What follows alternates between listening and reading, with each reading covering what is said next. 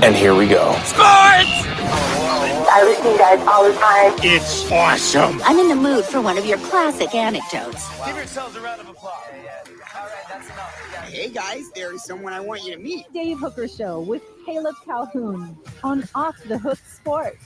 Represented by T. Scott Jones, banksandjones.com, Tennessee's trial attorney from the Ted Russell Ford Lincoln Studio, East Tennessee's #1 volume and customer service dealer, Ted Russell Ford and TedRussellLincoln.net. I mean, look, we're all part of the same team here. Now to the Dave Hooker Show on Off the Hook Sports. Well, Tennessee has decided to have a racist as the headline of their coaches' clinic. We'll discuss that. And I think he has land in Sevierville, Wares Valley, and he met his wife as a cheerleader while at Tennessee. So who knows? Maybe he'll just be the next Tennessee head coach. By the way, that was never going to happen. And I can tell you from the best source imaginable, he was never going to take that job. But he liked being flirted with. So does Caleb Calhoun. And we're going to flirt with today's tough question brought to you by Banks & Jones, Tennessee's trial attorney, banksandjones.com. Will the Vols have to ground and pound or air it out to win in 2025? Also, what's stopping the Vols and the pros from going back to college given the recent NCAA court cases? I'm not kidding. This is going to look like AAA baseball at some point, the Power 5 conferences. And I'm not so sure that we're not going to see a day where a guy sues the NCAA or whoever's running things and says, hey, I'm 30. I want to go back to school. I think that's a lot more plausible than maybe some of you. Also, Greg Byrne called for home teams to forfeit games when fans storm the field. That doesn't make any sense. This day in Tennessee sports history, stat of the day as well. So we've got a lot to get to, and funny question. Will Tennessee miss John Calipari at Kentucky since he can't coach? He had pretty good talent, though, Caleb. I mean, that's a little lowbrow, isn't it? That's a little mean. I'm sorry. You know, John Calipari is really struggling right now. He's got a family to feed, and I shouldn't ever, make fun of a coach worth millions and millions of dollars because, what is it? What is the line, Dave? They have children, they have grandchildren, they have wives and daughters. And, they have, who did I see yesterday that it was somebody that got in some trouble and they immediately went to I have kids. And I'm like, you should have thought about your kids before you got in trouble, shouldn't you? Very true. Go ahead and hit that like button. Please subscribe if you haven't done so. I'll remind you that tomorrow we are giving away the John Henderson mini autographed helmet. I know we've said that for a while, but it's actually happening tomorrow. So if you're a member of this channel, you'll be in the drawing for that. And Caleb's going to help me contact all of those that have already signed up as a member of the channel because they get taken care of with a gift certificate just to say nice. There's no drawing at all, but it's from Hound Dogs of Knoxville. We love Hound Dogs of Knoxville. If you haven't been there lately, I highly encourage you to check it out. hdknoxville.com. It is fantastic. All right, Caleb, let's get going. How about today's tough question? And it's brought to you by Banks & Jones, Tennessee's trial attorney, banksandjones.com. Today's tough question. Boom. You heard that. Now take it. The Dave Hooker Show with Caleb Calhoun. Represented by T. Scott Jones, banksandjones.com, Tennessee's trial attorney. From the Ted Russell Ford Lincoln Studio, East Tennessee's #1 volume and customer service dealer, Ted Russell Ford and TedRussellLincoln.net. Now to the Dave Hooker Show on Off the Hook Sports. All right, we've decided that Caleb is better at creating poll questions, and today's tough question usually falls right in line with that. So how would you like to throw it out there today, Caleb? What would you like to propose to our esteemed listeners that we greatly appreciate? And please hit the like button. What is Tennessee football's best path to a natty offensively in 2025? Ground and pound like 2024. Air it out like 2022. Okay, I think it's aired out for a couple of different reasons. I've got some concerns at center, obviously, without Cooper Mays. I think he was able to be a very, very good run blocker in terms of leverage.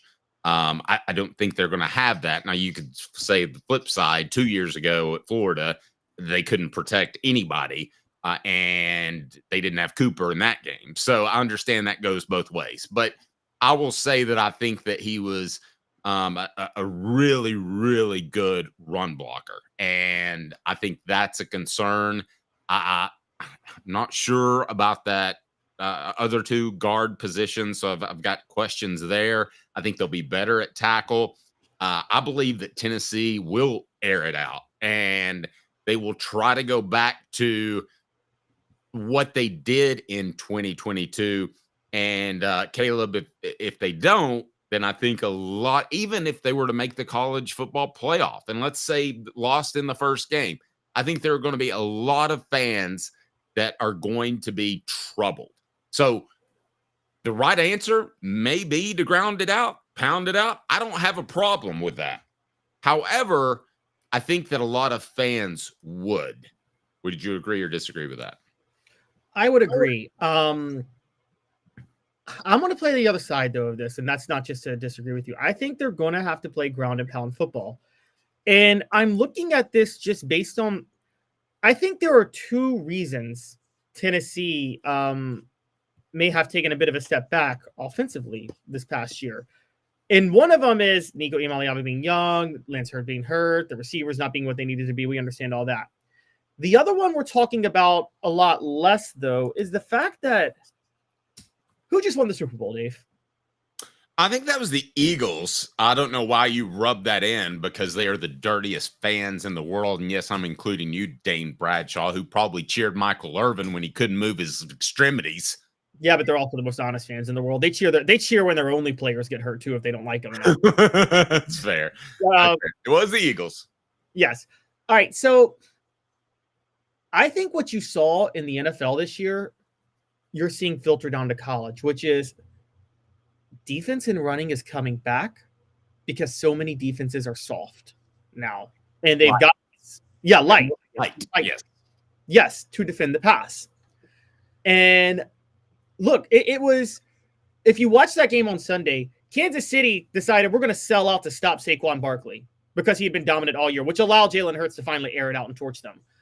I think right now you're still in a mode of defenses playing light. So I think Tennessee next year, their best chance is to ground and pound. I think it's to try to make it All-American out of Peyton Lewis and just torch teams on the ground. It's not going to be as exciting. You spent $2 million on Nico, so the optics aren't that good. But truth be told, I think if the defensive line is – by the way, the Eagles also won it with a great defensive line. We believe in Tennessee's defensive line. If the defensive line is where it needs to be still, and if Tennessee's able to run it, I think Tennessee has a much better chance to win a natty looking like last year's team than the 2022 team, just better. Put it this way, you will see shades of 98 on Tennessee if they win the national title. Oh, no. Come on. There's a difference. Not talent-wise. I mean, like... No. Well, I see what you're saying, but that defense, you knew you could rely on that, especially now with the injury at corner. I don't know that the defense is going to be nearly as good. I think Omar Norman-Lott was undervalued by some fans. So I don't think the defense is one that you can just lean on, and they could at times last year. And I'll take it a step further. I don't think that I don't think that there's going to be a comparison between Nico year 2 and T year 1. I think they're going to put more on him and have him do more things. Okay, but Dave, let's put this out there. Those 90s dominant Tennessee teams that were talented all over the field that won with defense, they were typically still just a little bit challenged at cornerback. Just a little bit. Dwayne Goodrich? Dwayne Goodrich was an anomaly. one, the cornerback position wasn't as important in that scheme because John Chavis just zone blitzed every play, pretty much. So the quarterback was covering a spot, not really covering a player a lot of times. Well, and they ran a lot of man too. And I remember this is probably a little bit before your time, but the big complaint was turn around and look at the ball. When you're playing man, you can't turn around and look at the ball. It's going to drop over your head. Right, So, that's true. And they had a guy, no offense to Larry Slade, who recently retired, and he's had a fantastic career. But I was told that when Jabari Greer got to the Buffalo Bills, they said, forget everything you've learned in college, and we're starting all over, and don't expect to play this year, your rookie year, and you'll play next year. And he ended up, I think he made a couple of Pro Bowls, didn't he? I don't know if he did, but he was a starter. He was a starter on the Super Bowl team in 2009. So, yeah, I agree. But it was, I mean, we've heard Fred White. What did Fred White and Eric Westmoreland say? Like, they basically alternated on who was going to blitz, like, every other down. Just like Fred would come as a safety blitz, and then Eric Westmoreland would do it here. And I felt like a lot of what they were doing was baiting quarterbacks into bat those because they had that guy named Deion Grant back there that was going to be able to pick it off if the quarterback hung one out. By the way, why is he not in the College Football Hall of Fame? Oh, that's a great question. I'm standing on that, and I will preach it and preach it and preach it. I mean, it's not even like the NFL where you just take 5 guys. I mean, you take as many as you want. So why is he not in the NFL? Or I'm sorry, the College Football Hall of Fame? He definitely deserves to be in there. So the question is, Tennessee, will they ground and pound or air it out to win this upcoming 2025 season? Today's tough question brought to you by Banks & Jones, the show represented by Banks & Jones, Tennessee's trial attorney, banksandjones.com. Why Banks & Jones? Well, it's because they're Tennessee's trial attorney. You can play to win with Banks & Jones because they'll go to trial. You've heard of other lawyers. They say they'll go to trial and fight for you. They won't. They just want to settle. That's the easiest way out. Well, that's not Banks & Jones, led by T. Scott Jones. They won't settle. They'll go to trial for you. Tennessee's trial attorney. They play to win. Truly, Tennessee's trial attorney when it comes to criminal defense or personal injury. Why settle? It's Banks & Jones. T. Scott. All right, so Caleb, where do we stand on the poll question? Please vote now and throw some comments in there. And I do want to take it a step further. Jason Allen was pretty good, but that was a little bit later. Steve Johnson was good because he was in 98, and he was a broadcasting major. I'm not sure he's that good, but yeah, we had classes together, so I was a big fan. Derek, it's okay to be late. We can always restart it. But do you think? I want to address the question: which way do they have to play to win? But then I want to take it a step further. Will Tennessee fans be disappointed if they win the ground and pound game? Okay, so as far as your poll question, or the first one, 65% sides. Oh, wow, my chair just fell back. Sorry, guys. I'm not even kidding. I guess I need to fix my chair.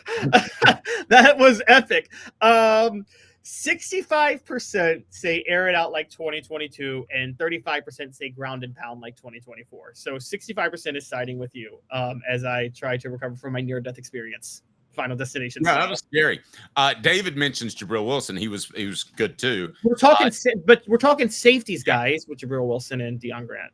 Right. Yeah. Safety's never been an issue, really, for Tennessee at all. And I believe now Julian Battle played both, and I think Jason Allen played both as well. They did. As a matter of fact, Jason Allen basically refused to come back his senior year unless they moved him back to cornerback, even though they wanted him at safety. Okay, now I'm going to throw up, if you can change the question from not ground and pound or air, but would you be disappointed if it was a ground and pound team? That's what I would like to get to the bottom of. Dylan says Ohio State proved the passing game is key to a national championship in today's age of college football. I do think the defense is going to come back, but I will say this: I don't think it's ever going to be like it was, where you give a guy. There are exceptions, Saquon Barkley, kind of a big one. Yeah, a very big one. But that's one of 60 tailbacks in the NFL. Oh, yeah, but okay, think about this though. Okay, so the Ravens shelled out money for Derrick Henry too, and if not for a crazy Mark Andrews, if not for Mark Andrews is like absolutely just wetting the bed in the snow, then I mean we're talking about a Ravens Eagles Super Bowl probably, and they both shelled out money for star running backs in the offseason. I mean, when's the last time, Dave, you saw somebody do what the Eagles just did, which is open up the checkbook for a running back and then go win a Super Bowl? Like that's usually that's breaking every rule of the last 25 years in the NFL, basically. No, I agree. I think he's an anomaly, though. I think he's Shohei Ohtani. I don't think there's a lot of guys. He's not that good, but there's just not. I don't think there are other guys that can do that. Does he have a gambling problem like Shohei Ohtani? David says Rashad Baker. Now that's a good call. I remember this about Rashad Baker, but he did play safety. But I remember Philip Fulmer saying this may be the most natural receiver out of high school I've ever seen. And the next day they moved him to defensive back. So I don't know who David Cutcliffe got, but John Chavis got Rashad Baker on his side. And he ended up being a very good player. I think if you look back at Tennessee's defensive backs as a whole, they've been good. But there have been holes at corner, which I really believe was more about coaching. Again, I'm not trying to, throw shade at Larry Slade for no reason, but there wasn't a lot of fundamentals going on there.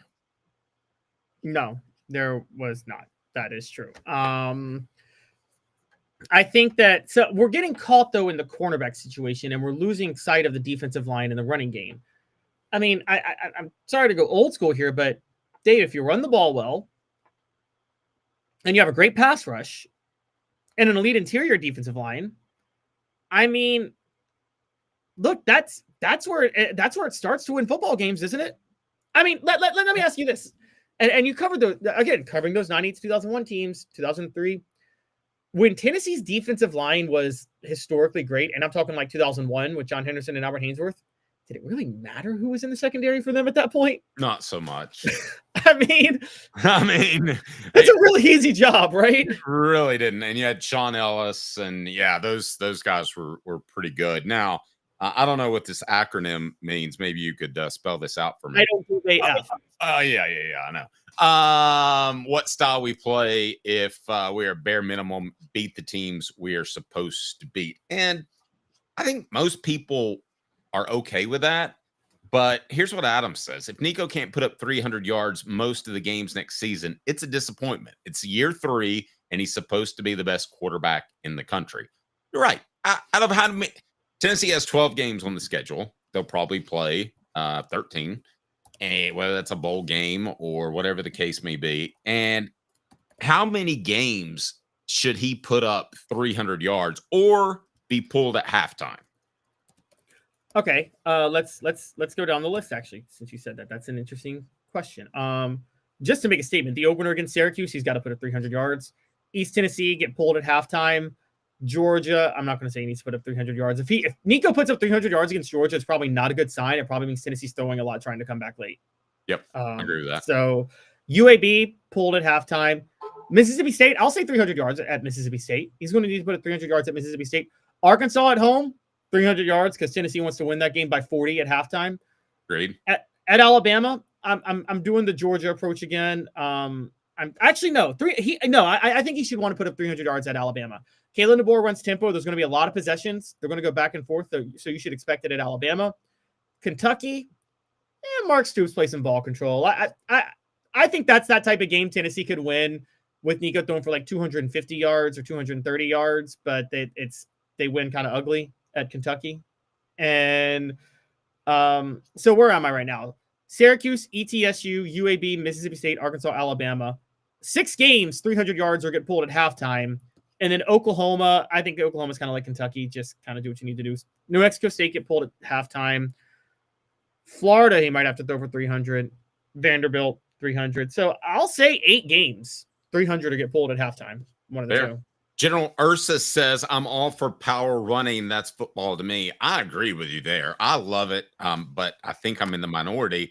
And I know that I'm in the minority because the way they've changed the rules. So there's more passing. It's more exciting. And, you're not only marketing to middle-aged men like me and Caleb, you're also marketing to the moms, the kids, and they want to see more passes, don't they? I mean, when you watch, my wife doesn't watch football, but when you watch football with your wife, does she enjoy the running game? Does she say, man, they really need to hunker down here? Not as much. I'll tell you what she really doesn't like, funny enough, is Taylor Swift. No, she doesn't like her as much as I do, but she doesn't like despise her. No, I'll tell you what bothers her is, funny enough, she cringes when she sees quarterbacks get hit really hard. And I'm like, man, that was a hit. And she's like, oh, that was rough. Steve, I mean, yes. The point that what we always forget about football, everybody calls quarterbacks the biggest softies, babies in the game. They're so protected. Guys, they're also the most vulnerable out there. Nobody is more like they literally have an entire side of them that they can't scope and protect themselves from because of what they have to look at. Yeah, and that's why the hit zone is so small, because you could take a guy's knees out. Andre Dirty Waters, you probably don't remember him. He was the Eagles. He was a safety, and he would dive at your knees every single time, and they made a rule because of him. And obviously, they're concussion issues, and you're just standing there. Steve, great point. 60% of the time, RPO works every time.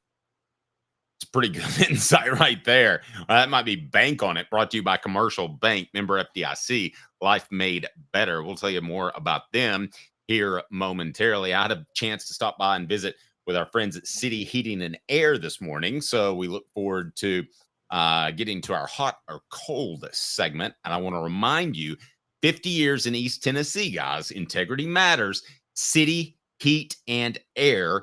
And that's who you need to call to get your service done now so you don't have an issue, because we all know what it's like when it gets hot. It seems like everybody's HVAC goes out. Well, just get it serviced and you're going to save yourself a ton of money. Taylor Swift's best friend is a terrible human. Who's Taylor Swift's best friend? I don't think she and Blake Lively are friends anymore, if that's what you're talking about. She threw Blake Lively under the bus. So... Who's Blake Lively? Blake Lively is, I'm not getting into it. She's an actress. She is, she's in a movie with this person and she's made some accusations, and I've stayed totally out of it because I'm like waiting until to see what more comes out of it. But it basically looks like it could be an Amber Heard, Johnny Depp situation. But again, staying out of it. They never lie. Or do they? Stat of the day. The Dave Hooker Show with Calhoun. Off the Hook Sports. Stat of the day brought to you by the Hemp House, the premier hemp dispensary online with a wide variety, great selection, and strict standards. Go to hemphousechatwith2ts.com, hemphousechatwith2ts.com. You can use the promo code HOOK for 10% off. Hooked for 10% off. Blake Lively is Ryan Reynolds' wife. I didn't know that. Okay. That's helpful. I'll look her up. Maybe I'll give her a call. All right. So what's the stat of the day, Caleb? Pour some coffee real quick for the stat of the day, because it's a Kentucky related thing and I'm not putting mayonnaise in it. Anyways, stat of the day is this. It's another reason Tennessee shouldn't freak out about their loss to Kentucky the other night. Tennessee, Florida, and Duke have a combined 7 losses on the year. 4 of them, Dave. 4 are to Kentucky. Oh. I think Mark Pope is pulling out every stop possible when he plays like top number 1 seed contending teams in a way that nobody's prepared for. You know what's really impressed me about Mark Pope is the fact that that basketball team has gotten better throughout the season. And not every team can say that. Some just kind of never find themselves. I mean, there's plenty of teams in the SEC, the bottom half, that haven't done much. But that has really impressed me with Pope. I thought that was an okay, kind of a silly hire at the time. But, you know, talking to some Kentucky fans, they loved it. And I can tell you that I think he's a much better coach than I thought originally. Is he exceeded your expectations?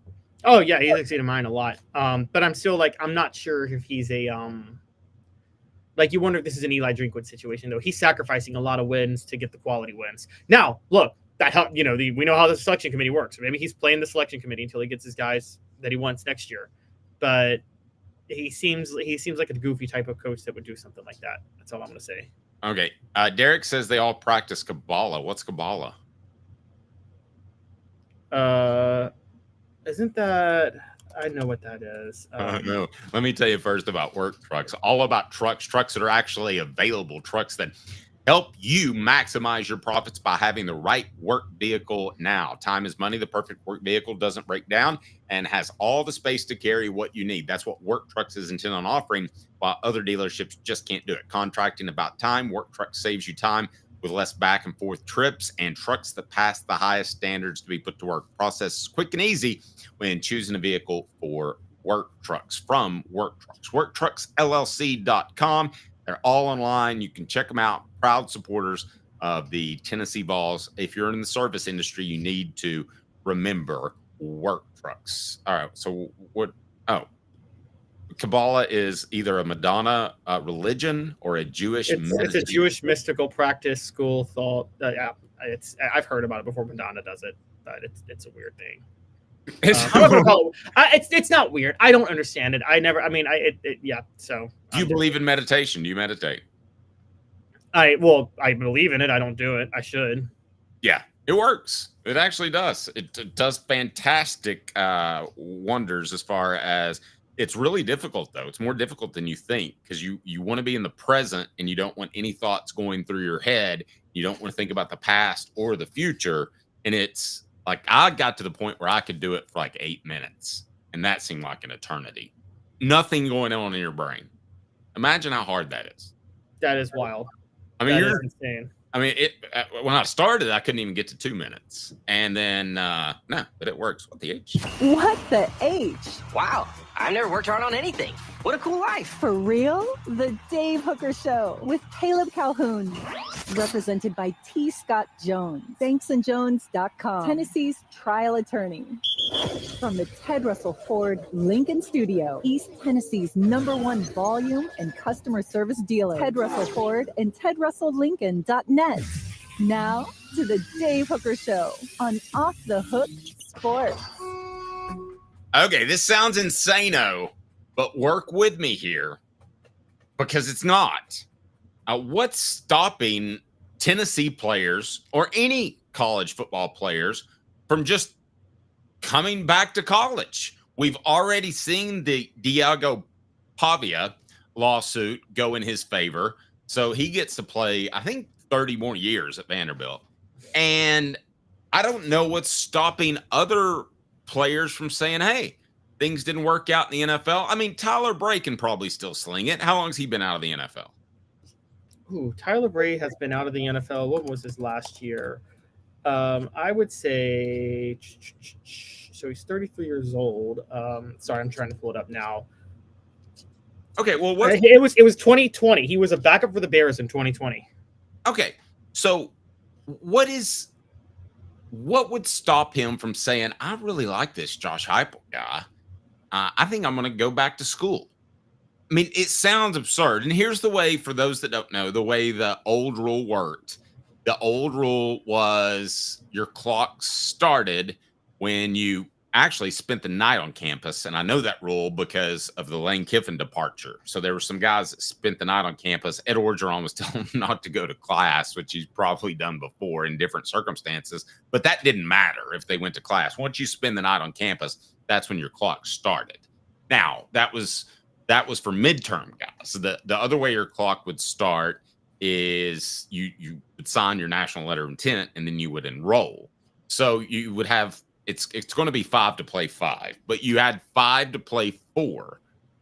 And I just look at a lot of guys that, a lot of times they don't handle their money particularly well. I mean, would you be stunned in your lifetime if a guy went to the NFL and then came back to college?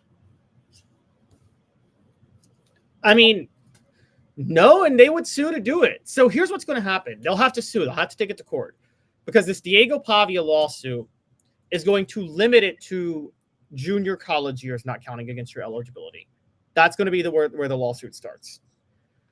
I think the NCAA would maybe be on some solid ground to say, even if you say that junior college can't count against your eligibility going to the NFL, you can't come back. There's like agreements on that. They can maybe be on some sort of solid footing, but they would have to defend themselves in court. And you're right. It's not crazy to think that in a temporary injunction, they would lose that battle. And some rando who flamed out in the NFL after leaving early comes back and tries to get into the year of college. That's very possible. So, I mean, it's crazy to think about out of left field, but it's not out of the realm of possibility given the recent rulings. So I think it's a likelihood. Are you willing to go that far? Ooh, a likelihood. No, I'm not going to go likelihood. I can't go likelihood. I actually think the NCAA would be on solid ground ruling against somebody coming back to college. I think a court would mostly side with them on that front. I could be wrong, but well, and that being said, I mean, it wouldn't be a great look for the player. You know, you couldn't cut it in the NFL, so you're going to go back and play with kids, basically. But I think we've seen the development of strength and conditioning coaches and what they're doing now. And I mean, guys, they just don't look like, when I started covering guys, John Henderson stood out because he was so big. There's a John Henderson out there that size. These guys are bigger and stronger and faster. So I don't know that they would necessarily want to take a step down, but man, Dylan says I'd take Hendon and Hyatt back in a heartbeat. Well, Hendon, then you go to Hendon is a different year because thing altogether, because there is technically no eligibility for Hendon, and it's not because of junior college. So so there's two things we're trying to address here. The Diego Pavia lawsuit specifically says that years you played in junior college should not count against your eligibility of playing at a 4-year school. Someone's going to expand that to years you played like at a non-Power 5 school soon enough. Book it. But what Hendon Hooker would have to do would have to come out and say eligibility by it on its own, on its face, is a violation of antitrust. So I should be allowed to play college football for as long as I want, no eligibility. The other part of that would be, so yeah, Hendon Hooker, I just brought that up. The other issue would be like with Tyler Bray. Tyler Bray would sue to say, hey, I didn't use all my eligibility in college football, and I went to the pros. Not letting me use my remaining eligibility in the NCAA since I left after my junior year, that's an antitrust violation, and you're not allowing me to make more NIL money. But let me take it a step further.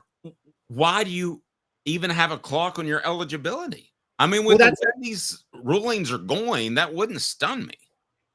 That's the Hendon Hooker argument, would be the Hendon Hooker argument. And the truth of the matter is, if we spin off college football as employees of the university where they just have the name brand on their shirt, I mean, Dave, it's not crazy to think about what you're thinking about. Like, it's one thing if people say you're out of a league because you're too old to play. But if they're like, you could literally sue and say there's collusion by the owners and by the owners of college football, whoever runs it, to say that we can only play 4 or 5 years and that limits our market value. You're not off base, honestly, with that. I mean, I don't know. I could be wrong, but I don't know the precedent. Are there regular private companies anywhere with like employee? I mean, I guess, yeah, because remember, think about this. There's a lot of jobs that have temp employees that are like, you only work here for 2 years and that's it. So the NCAA could technically get away with saying you agree to a 4-year contract. You only work here for 4 years and that's all you can get paid for. That's how that would work. So I think they'd be on solid ground with that because so many other businesses are on solid ground with that. Okay. I'm going to put it as a poll question. Should players be allowed to come back to college after the NFL? So we'll go ahead and pop that up there and see what you have to say about that. And we greatly appreciate your votes and comments. We love working those in. It's fantastic to do. And I want to remind you that portions of the program are brought to you by Double D Piping. Double D Piping is fantastic when it comes to your fire suppression needs, and they will lead you right in to this day in Tennessee sports history. Double D Piping provides full-service fire protection on any scale. From residential homes to government facilities, we can assist any customer through design, fabrication, installation, inspection, and demonstration of fire suppression systems. With 30 years of service across 5 states and a full staff with over 40 years experience, our quality can't be beaten. Don't get caught watching what you could have prevented. Call Double D Piping. This day in Tennessee sports history. It's cool, baby. It's cool. Now you know, and knowing is half the battle. The Dave Hooker Show with Calhoun, Off the Hook Sports. Alrighty, Caleb, this day in Tennessee sports history is... On this day, 18 years ago, Tennessee basketball retired Bernard King's jersey as he was on hand to witness them beat Kentucky 89-85. They retired his jersey and hung it from the rafters. It was the first jersey they ever retired at the time. This is a credit to Bruce Pearl for bringing him back, and arguably the biggest indictment against Tennessee's coaches between Ray Mears and Bruce Pearl. Bernard King was asked, "Why didn't you come back before now?" And his exact quote was, "I would have. Nobody invited me." So, I mean, Don DeVoe, Wade Houston, Kevin O'Neal, Jerry Green, Buzz Peterson, and I think Cliff Wetlick for a year. But all those coaches between Ray Mears and Bruce Pearl, we're talking almost 30 years. Not one coach thought to give Bernard King a call to come to bring him back to Knoxville for anything. Wow. Now, is that more? I always wonder, do coaches think to do that, or is it the athletic department? Is it the AD? I mean, Doug Dickey didn't give two rats rear ends about basketball. Well, I know Bruce Pearl himself thought it, and this is where Bruce Pearl deserves a lot of credit. Tennessee had certain traditions in basketball, but it's not like football. You don't really think about it. Okay, Ray Mears wore the orange blazer for Vanderbilt. I mean, Ray Mears wore the orange blazer. Bernard King was a legend. But when you think Tennessee basketball, up until Bruce Pearl, you didn't think really tradition or anything like that. Bruce Pearl comes in and takes what little tradition Tennessee basketball had, and he magnifies it to the umpth degree. And he said, "This is what we represent. This is our brand. I'm going to wear the orange blazer for Vanderbilt and Kentucky. I'm going to make the case that this is a great university for men's basketball." And he went out of his way. I mean, he asked for Ray Mears' blessing to wear the orange blazer. He reached out to so many former players to bring him back. Bruce Pearl, more than anybody else, really got Tennessee fans to appreciate their basketball history, even though they were light on basketball history. There's not much there. Well, I can tell you there was an issue with Ray Mears. I don't know if you're aware of that. I am not. Okay. He claims, and I don't know the truth, but he claimed to come up with Big Orange Country, and he thought that he should get paid for that because he tried to patent it. Yeah, and the university said, "We've got better lawyers, and it ain't going to happen, Ray." And he was very bitter. So I know that there was an issue there, and I'm not surprised. I think very late in his life, the late 90s, I believe, that they started to kind of bring him back in. But that was an issue. And then said a bunch of dumb coaches, one after another. You know what's funny is, like, you're right. Like Jerry Green was a dumb alcoholic. Buzz Peterson was just dumb, but he was a good guy. Can we say that? Like, Buzz Peterson seems like a good family guy, just a jock that's a family guy. I'll tell you a funny Buzz Peterson story. So I said, that guy's not playing for you. I said, is he going to get better? Or, by the way, hit the like button, a thumbs up if you enjoy these stories. And he goes, Dave, sometimes you just want the damn scholarship back. So the goal was not to improve him as a player. The goal was to run him. Should players be allowed to come back to college after the NFL? Yes, sir. No way. That is our poll question. We love it when you take part in the poll question. The show represented by Banks & Jones, Tennessee's trial attorney, banksandjones.com, as we broadcast live the Ted Russell Ford Lincoln Studios. In 2 minutes, why Greg Byrne, for those that don't know who Greg Byrne is, he's the athletic director at Alabama, correct? Correct. And he has the dumbest idea that I've ever heard of an athletic director, other than not bringing back Bernard King. Stay tuned. 2 minutes. He's Caleb Calhoun. I'm Dave Hooker. Off the Hook Sports. It's a new year, a new day, And Ted Russell Lincoln has an exciting new offer to share. Right now, get a 2024 Lincoln Navigator with 0% APR for 72 months and up to $4,000 in bonus cash. Or drive away in a new 2024 Lincoln Corsair Grand Touring with 0% APR for 60 months and up to $4,500 in bonus cash. It's time to get excited about the ride. Come and see what a luxury car experience truly is at Ted Russell Lincoln Knoxville. Now in its 45th year, the second and third generations continue Joe Newbert's commitment. His vision of what this business needed to be, we still try to live up to that. Joe Newbert Collision Center. Having been in the jewelry industry for a long time in the Knoxville community, I saw a need for a jeweler, a real jeweler. Our ability to do these designs has really been based on the customers bringing new things in and challenging us as a store. Our goal is not to tell anybody what they want. Our goal is to listen to what they want and then help them get there. Schedule your consultation today to get your special someone the perfect custom gift just in time for the holidays. Hi, Mike Davis here with City Heating and Air, reminding you to always dare to compare. Our team provides quality local heating and air service, installation, and maintenance across East Tennessee. We use only the best equipment like American Standard heating and air conditioning for your residential, new construction, or commercial needs. Honesty, dependability, and customer satisfaction have been the cornerstones of our business since 1961. City Heat and Air. Dare to compare. Double D Piping provides full-service fire protection on any scale.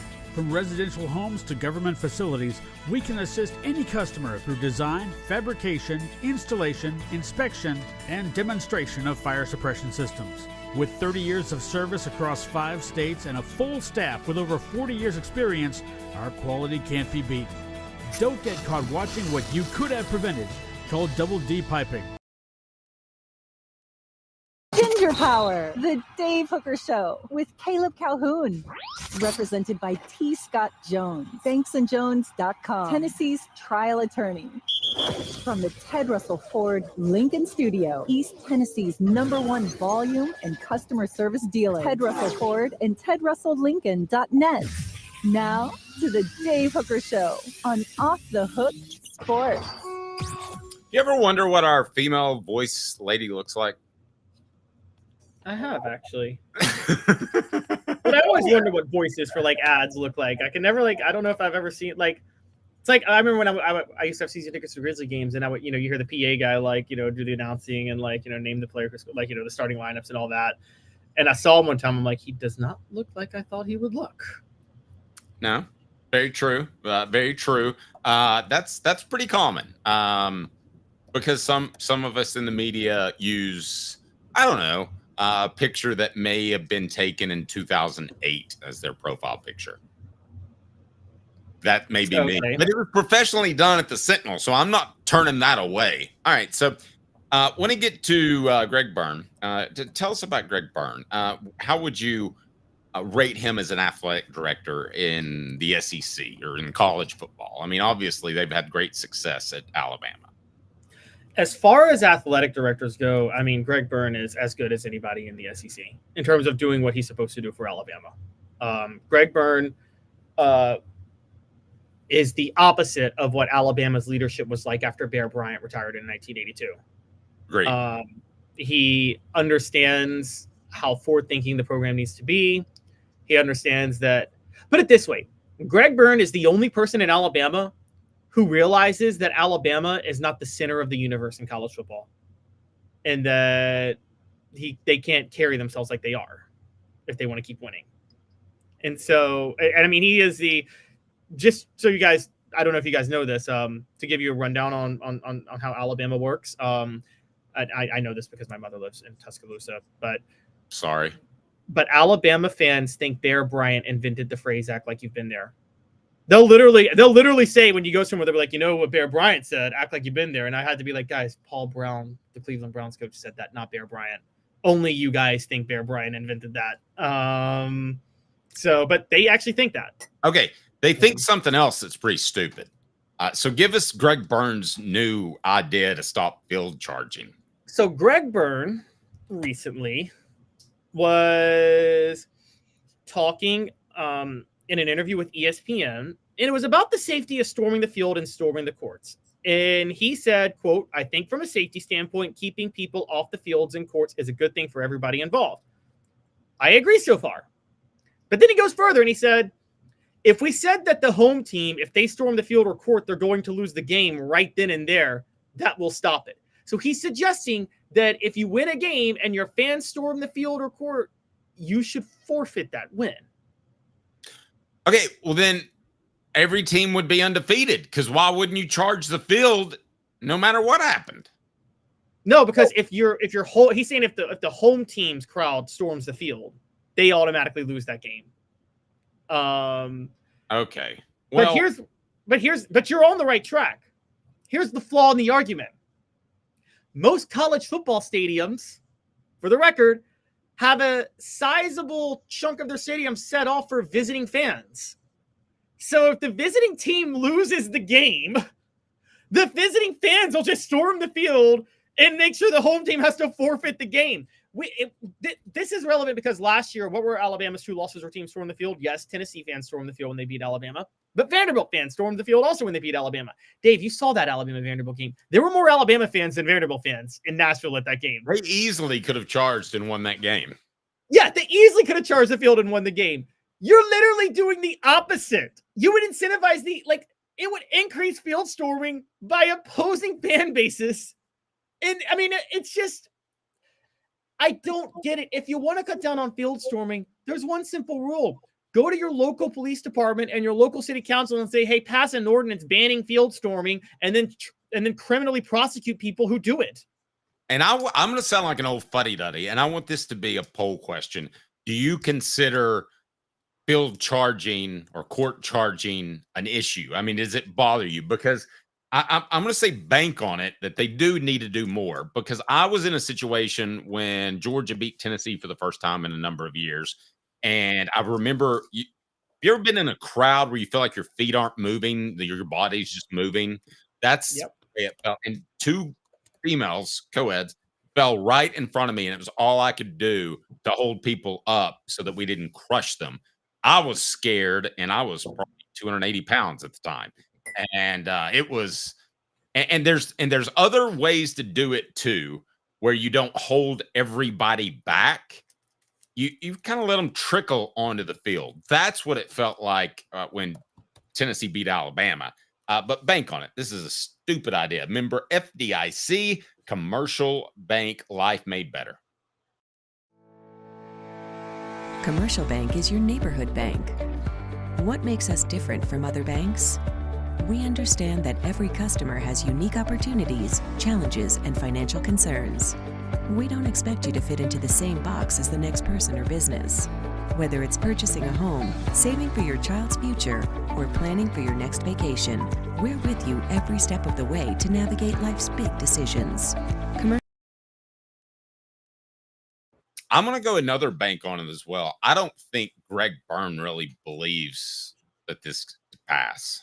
I think he's throwing it out there. Just throw it against the wall and see what sticks. Maybe some legislation will come out of it, but I don't believe for a second he really thinks this will pass. Do you? No, it would, because again, although I don't think Greg Sankey's that forward thinking, so he might pass it, not realizing what I just said. It would incentivize road teams to storm the court or field when their team wins. So I don't think it'll pass. This is, Greg Byrne is upset because, let's be honest, nobody has seen more field storming after a loss in Alabama over the last, 10 years, 12 years. Happens to them more than anybody else. I didn't think Tennessee should have stormed it last year. I still stand by this, though, guys. And look, I get the arguments on storming the field. Storm it last year? Yeah, they stormed when they beat Alabama last year, which they shouldn't have done. Okay. Yeah, that's weird. I'm going to say this.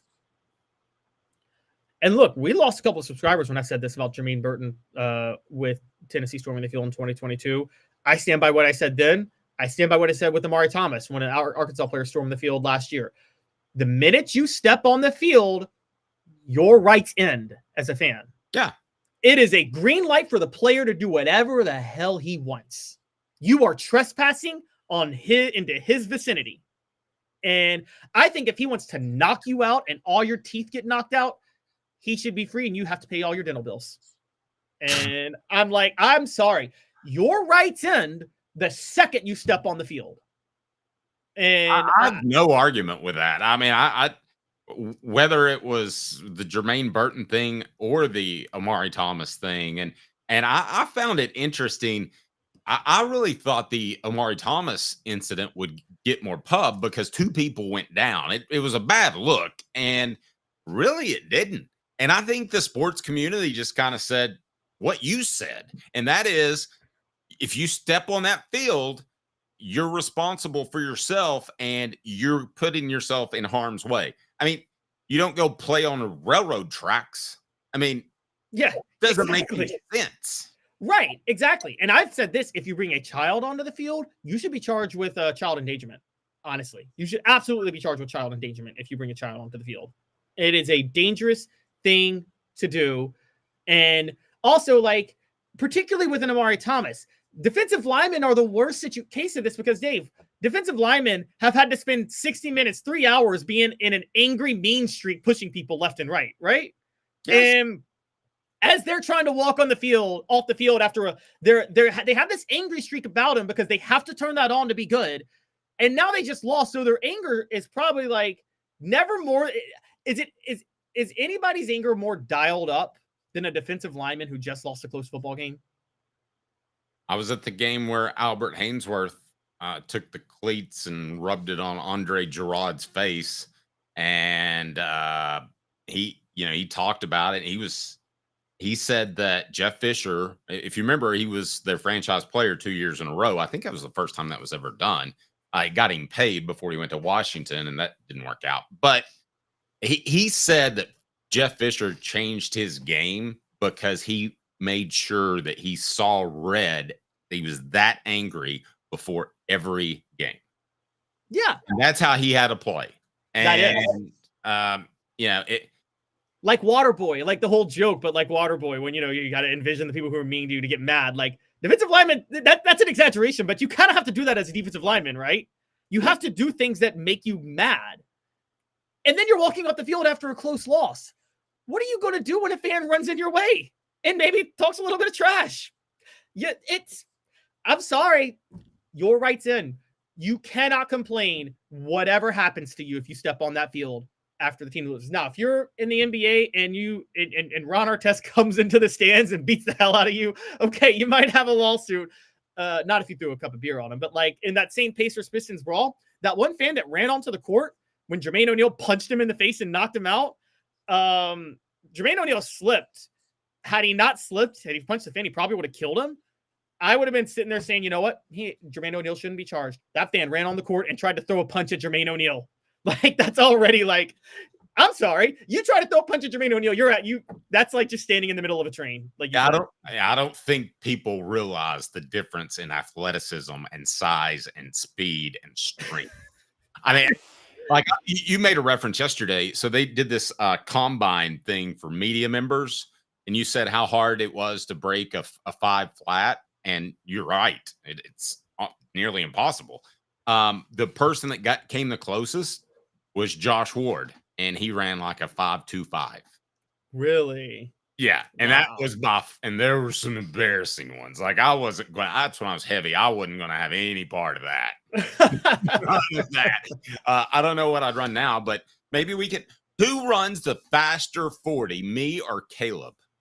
Well, Dave is a workout warrior right now. I got to get my workout game on. So slipping lately. Who ran a faster 40, Dave at 36 or Caleb? Because you said you struggled with your health in your 30s. So, Oh yeah, you were way faster. I was super fat. Now, there you go. Who got through the buffet the fastest? Well, that would have been me. But the 40-yard dash, no. I mean that would have been all you. There's no question about it. You seem like you may be a little bit spry to me, like athletically. I mean, I'm not. My brother was actually the athlete in the family. My brother, I am an active person, if that's what you mean by it. Like, but I don't just don't have the time to work out, and I need to make the time for it, honestly. Oh, I meant like just athletic and in general. Were you a backyard warrior? Did you play sports at all? I played a little bit, but not as much as you would think. My older brother was actually the athlete in the family. My older brother was actually very athletic. Yeah, I always love that when people say, "You didn't play the sport, so you don't know what you're talking about." Well, my heart surgeon didn't have a heart attack, but I trust him. Yeah. Also, when people say that, I'm like, well, you don't write, so you don't know what you're talking about with my writing. So it's such a dumb take. But the best Bill Belichick never played in the NFL. The best general managers right now never played the sport they're general managing on. It's a dumb take. And also, you guys are out here saying you didn't play the sport. Y'all are acting like football's complicated. Okay, football's only complicated if you're dumb. Dave's 40 time is 3 to 4 business days. That's probably about right. And I would probably need a car to make it just that far. I don't even know that I've run 40 yards in a long time. I don't do anything cardio wise. I just lift. So I may be winded after a 40-yard dash. I think no, because 40 yards don't really test your cardio that much. Like, I feel like 100 meters is when you might start seeing that. Yeah. Okay. The show represented by Banks & Jones, Tennessee's trial attorney, banksandjones.com. Coming up on the program, I think Tennessee's making a huge mistake inviting John Gruden to headline their coaching clinic. I just do not understand this. I know that he's trying to put his image back in place, but this is not a guy who accidentally said the N-word. It was... I think the NFL leaked that stuff on purpose because they didn't like him for whatever reason. I don't know.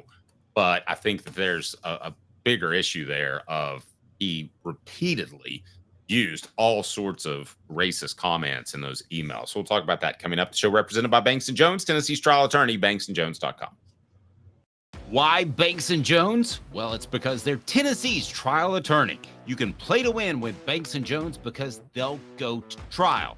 You've heard of other lawyers. They say they'll go to trial and fight for you. They won't. They just want to settle. That's the easiest way out. Well, that's not Banks & Jones, led by T. Scott Jones. They won't settle. They'll go to trial for you. Tennessee's trial attorney. They play to win. Truly, Tennessee's trial attorney when it comes to criminal defense or personal injury. Why settle? It's Banks & Jones. T. Scott Jones. banksandjones.com. Dave Hooker here for Dynasty Pools and Spas. Your home for the best spas and everything you need to jump right in. Relaxing? Therapeutic? Absolutely. But what sets Dynasty Pools and Spas apart from others is that you get everything with any spa purchase. You get the cover lift, the steps, delivery, and chemicals. When Dynasty Pools and Spas delivers your spa from their Athens location within 125 miles, you'll get your own personal hydrotherapy spa. Mention me, Dave Hooker, or Off the Hook Sports, and get $500 off your top quality new spa. Dynasty Pools and Spas, just off the Athens exit. Drop in and receive a free gift from Off the Hook Sports, Dynasty Pools and Spas. Mention Off the Hook Sports for a drop-in prize and that $500 discount, Dynasty Pools and Spas. To check out some of the Dynasty Spa models and to buy spa chemicals, go to dynastypoolsandspas.com. Dynasty Pools and Spas. Now in its 45th year, the second and third generations continue Joe Newbert's commitment. His vision of what this business needed to be, we still try to live up to that. Joe Newbert Collision Center. Are you ready to get strong?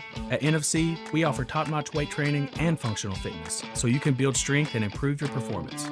Join today at nfc1.com or stop by any one of our 7 Ginger Power, the Dave Hooker Show with Caleb Calhoun. Represented by T. Scott Jones, banksandjones.com, Tennessee's trial attorney. From the Ted Russell Ford Lincoln Studio, East Tennessee's #1 volume and customer service dealer, Ted Russell Ford and TedRussellLincoln.net. Now to the Dave Hooker Show on Off the Hook Sports. She sounds hot. The voice lady, doesn't she? Give her a call. No, we We have only connected via Fiverr. But she did a fantastic job, so we greatly appreciate that. Please hit that like button if you don't mind. Thumbs up. It helps us out greatly. If you haven't subscribed at this point, we would highly encourage you to do so, because we've got a lot coming up that we're pretty excited about, including Will West will join us tomorrow. And if you haven't become a member of the Patreon group or this right here, this channel, we're making it easier. All you do is sign up, $4.99, and you will get a gift certificate, $25 gift certificate to Hound Dogs of Knoxville. Use the promo code HOOKED, and you can save money there as well. And we're going to give away weekly gifts. That is in addition to your introductory gift, and we're going to give those away each Friday. And it's going to be a T-shirt or it's going to be a book, your choice. And then a grand prize, which usually we'll give away at the end of the month, but we're giving away now, is this John Henderson autographed mini helmet that you can see behind me. So we would love for you to be part of the program and a member of the site. So John Gruden, I knew that John Gruden was trying to resurrect his career. I saw him first on the Dan Patrick Show. And this was probably 6 months ago. And Dan did what he had to do. He said, who do you think leaked those emails? And then kind of got away from the topic. And maybe it's old news to a lot of you out there. Maybe, everybody slips up and says racist stuff, right? Well, no, they don't.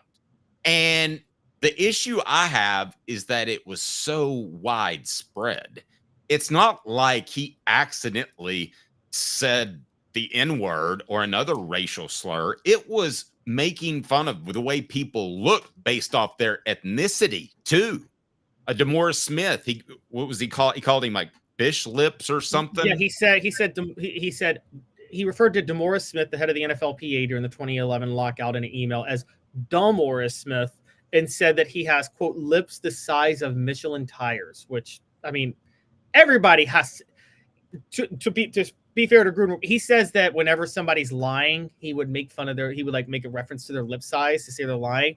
But that seems like an explanation. I've never heard someone say your lips are big if you're lying. Have you? No, that's absurd. Yeah. That's not a thing. That's not a thing at all. The obvious thing when you're making fun of the common trope of making fun of someone's lips is making fun of the size of an African-American's lips. That's a common racial trope that goes back to minstrel shows in the 1800s. So it's very obvious what he was doing there. Minstrel shows? What's a minstrel show? That's where blackface came from and things like that. It's I thought you we're talking about minstrel cycles. No. It's it was a form of theater where white actors would wear blackface and comically portray racial stereotypes of African Americans in the late 1800s. Yeah, I can practically see it in my head now. They've probably moved around and did all crazy stuff. But is this a mistake having John Gruden back? Yes, for a couple of reasons. I'm not here to fully cast aspersions on. I don't know what's in John Gruden's head. I know what's in those emails, and I understand people say something just to say lay out everything in here.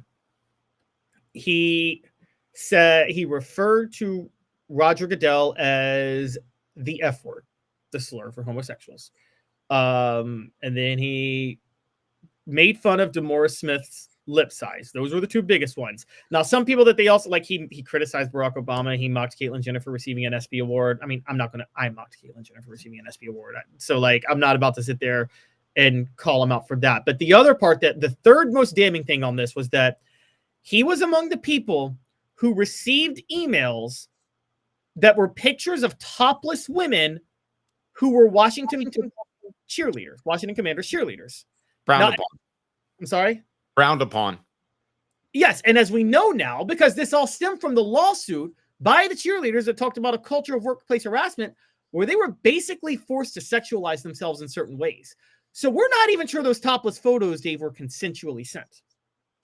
Okay. And Derek, I see you defending John Gruden, and that's fine. We're all going to have different thoughts on that. But And I see Unsung says Eddie Murphy made fun of Mick Jagger's lips. I mean, I get that, but we do know where his mindset was when he was making these comments. He was trying to attack somebody based off racial stereotypes. Now, let's take that aside, and that's a big aside, right? But Yes. let's take that aside. He strung Tennessee along because he loved the attention for over a decade. And I know from an incredible source that he was never even considering the Tennessee job, but he let it float out there. He could have gone on any one show and said, I just don't think I want to coach in college.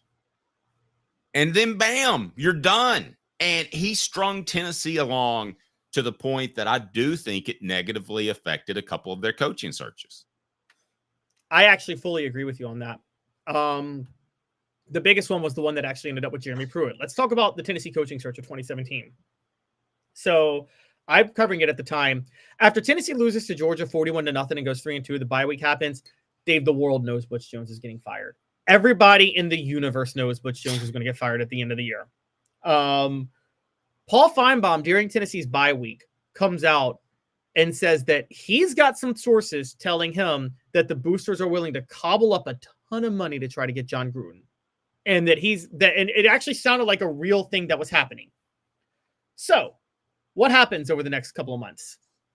Tennessee bides their time. They let the program fall out under Butch Jones, and John Curry refuses to fire Butch Jones. Why does he refuse to fire Butch Jones? Because he's getting strung along by John Gruden, and he doesn't want to make the move until he can get John Gruden. Well, what happens? He finally fires Butch Jones, and John Gruden's not interested. Florida's already now. So what does he do next? He goes after Dan Mullen. Okay, Florida, unfortunately, because they weren't strung along, fired Jim McElwain about 3 weeks before Tennessee fired Butch Jones. So they were already way down the negotiation pipes with Dan Mullen. I mean, it was over. Tennessee was out of the picture for Dan Mullen. So they look at Chip Kelly. Chip Kelly wants to go to the West Coast. They're kind of stuck at this point. Like, it was John Gruden or Dan Mullen or Chip Kelly was who they wanted. And they're stuck. At which point Jimmy Haslam comes in and says, go hire Greg Schiano, because Jimmy Haslam was the only person stupid enough to think Greg Schiano would be a good hire.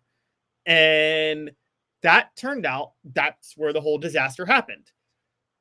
But it all stems from John Gruden stringing Tennessee along.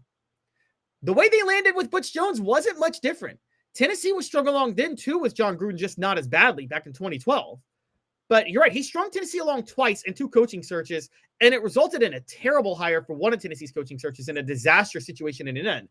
So beyond just the horrible emails and whatever you think about it, you're really humiliating yourself. You're debasing yourself if you're Tennessee and you bring him back. I agree. And a comment from Unsung. What is the obsession with Gruden? Is there a belief he would have been a great college coach? I never thought that. I don't know. I didn't.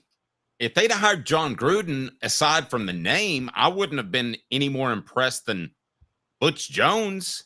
I mean, Butch Jones had success in college. Gruden took over a Bucks team that was put together by Tony Dungy and won a championship with them. I never understood the obsession with John Gruden at all. No, I look, John Gruden, there's a little bit more to the story with John Gruden that maybe makes him an appealing coach, which is, so in both instances, just an example, Dave, in both times when John Gruden was kind of being heavily targeted by Tennessee, the hottest coaching commodity in football at the time was Jim Harbaugh. Well, for those who don't know, Jim Harbaugh is a protege of John Gruden. Jim Harbaugh developed his offensive scheme coaching under John Gruden with the Raiders in 2002 and 2003. So I think a lot of people thought John Gruden was kind of the brainchild of that. Let's be honest. Let's look back. Why did John Gruden win that Super Bowl in Tampa Bay? Not that John Gruden's a bad quarterbacks coach. He's not. But why did he actually win that Super Bowl? Because of Monty Kiffin's defense that was led by Warren Sapp, Simeon Rice, just like Hall of Famers everywhere. John Gruden had nothing. Rondé Barber, yeah.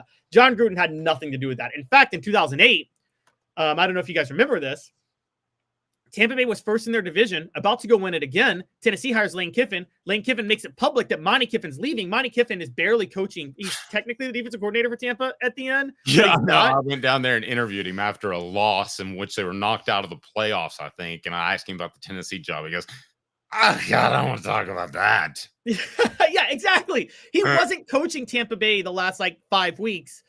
And when he wasn't coaching, they went from first in the division to losing their final 5 games and missing it. Monty Kiffin won that Super Bowl for John Gruden. Also, Bill Callahan may have thrown that Super Bowl. Go back and look up the story where Bill Callahan may have given away the playbook. There are rumors. There are rumors. Timothy, thanks for the super chat. Says, I like the new rule. I don't know what rule you're talking about. Do we have a new rule? Did we put a new rule in there?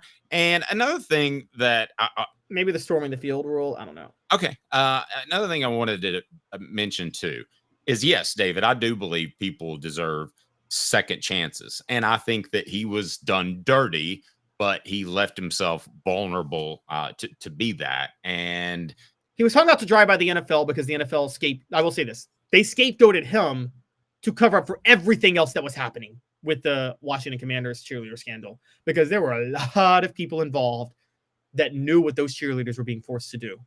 And I think they hung Gruden out to dry to try to stop the investigation into the cheerleaders. I do believe that. I actually fully believe that. Yep. So hot or cold? Are you hot or cold on bringing Gruden back? Brought to you by City Heating and Air Conditioning. I'm very cold. I'm very cold too. I'm very cold. David asked a great question. Gruden is a great football mind, definitely not a great person. Okay, I want to inspect that for a second.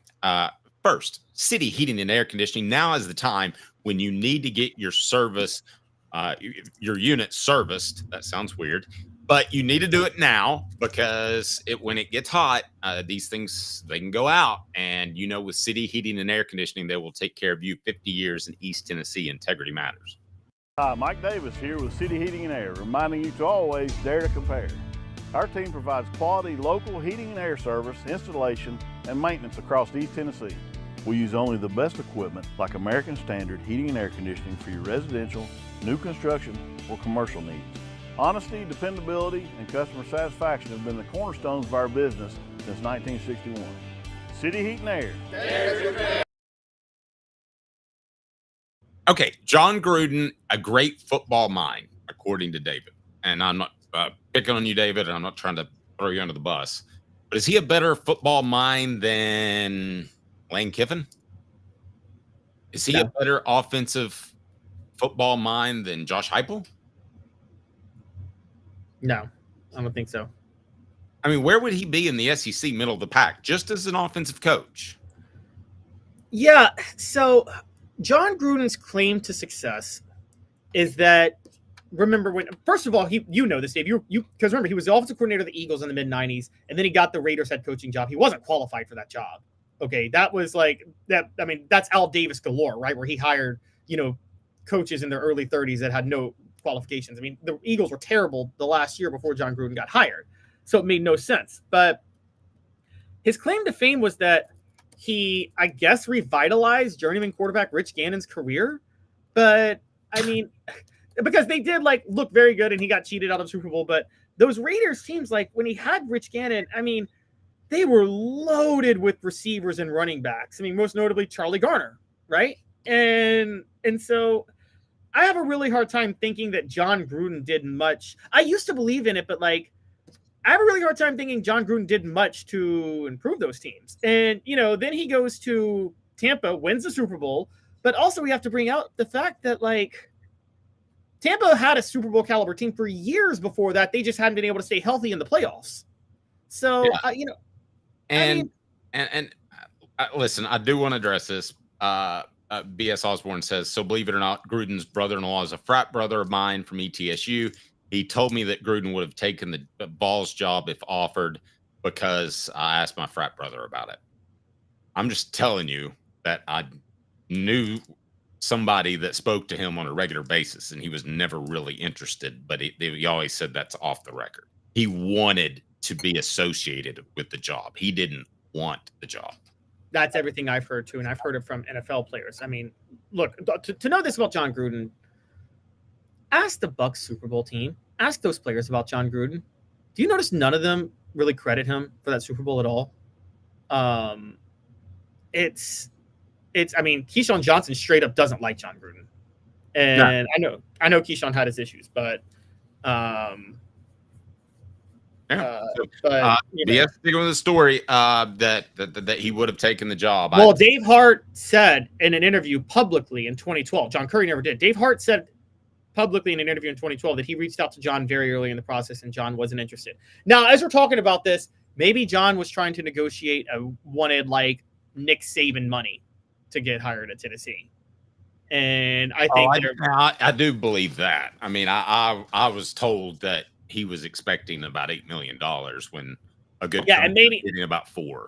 Yeah, exactly. Maybe it was more they didn't want to shell out the type of money that John Gruden wanted because he wouldn't shell out that type of money for a coach who hadn't been coaching for 10 years at that point.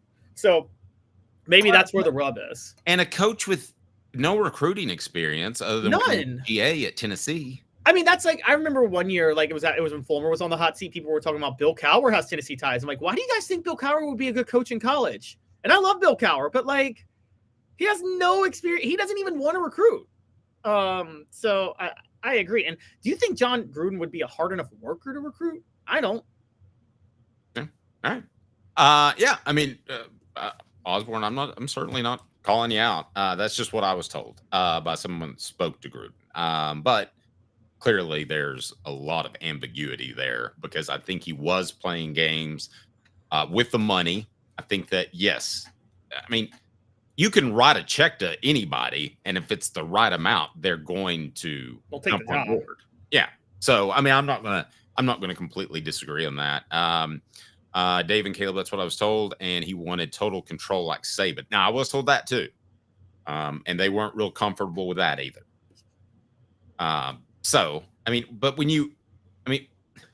Saban, he had won a championship at LSU. He won a national title at LSU. And at the time he was hired, he had a winning record with the Miami Dolphins. And then, yes, went 6-10 his second year. But Dave, I mean, I'm sorry. I don't know how you land on this. I've always rejected the notion that Saban didn't work out in the NFL. Saban didn't get the control he should have had in the NFL. But if Saban gets his way and signs Drew Brees, we're talking about a different Saban NFL career, aren't we? Yeah. No, I don't think there's any question about it. Drew Brees would have been fantastic if they didn't think his elbow was going to hold up. That was the issue. As it turned out, his elbow held up just fine. Yeah, exactly. And Saban went 9-7 with Dante Culpepper as his quarterback. And I know you guys will say, well, Dante Culpepper made the playoffs with the Vikings. He had Randy Moss to throw to. Randy Moss is would you agree, Dave, that Randy Moss is one of the few receivers that can turn a horrible quarterback into a playoff quarterback? Oh, yeah. Like, there's like 3 in history that can do that, and Randy Moss is one of them. Yeah, I don't even know that. Maybe Calvin Johnson, that one of your other ones? Maybe. But even, I mean, like, Matthew Stafford won a Super Bowl without Calvin Johnson when he went to the Rams. So you're right. I can't even put, like, I have wanted this. Maybe Andre Johnson when he made Matt Schaub a playoff quarterback when he was playing for the Texans. Sure. But yeah, I mean, point being, Dante Culpepper was a garbage quarterback who just had Randy Moss to throw to. And he didn't even have Randy Moss with Miami, and Nick Saban went 9-7 with him.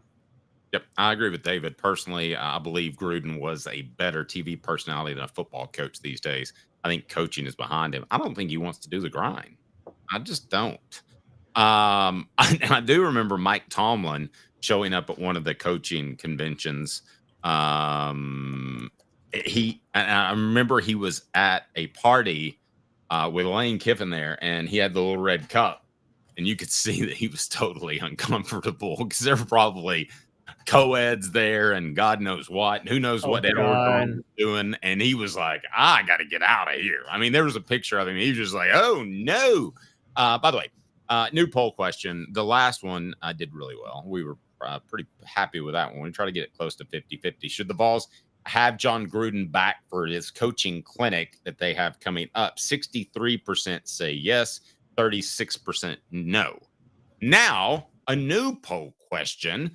Better coach, Lane, Gruden, Heupel.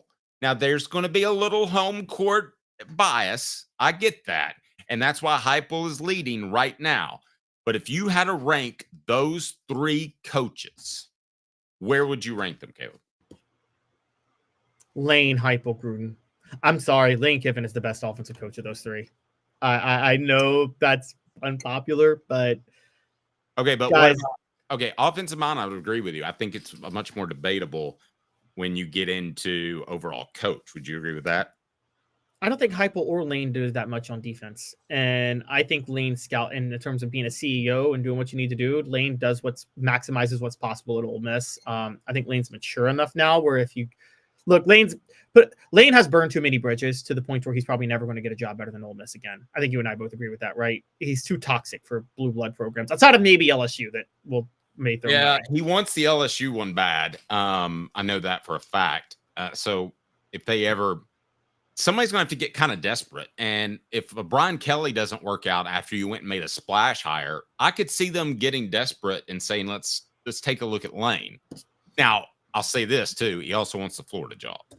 So if Billy Napier doesn't work out, then you want to make a splash hire. Listen, I think it's stupid to try to win the press conference, but athletic directors oftentimes want to win the press conference. And Lane would win the press conference, would he not?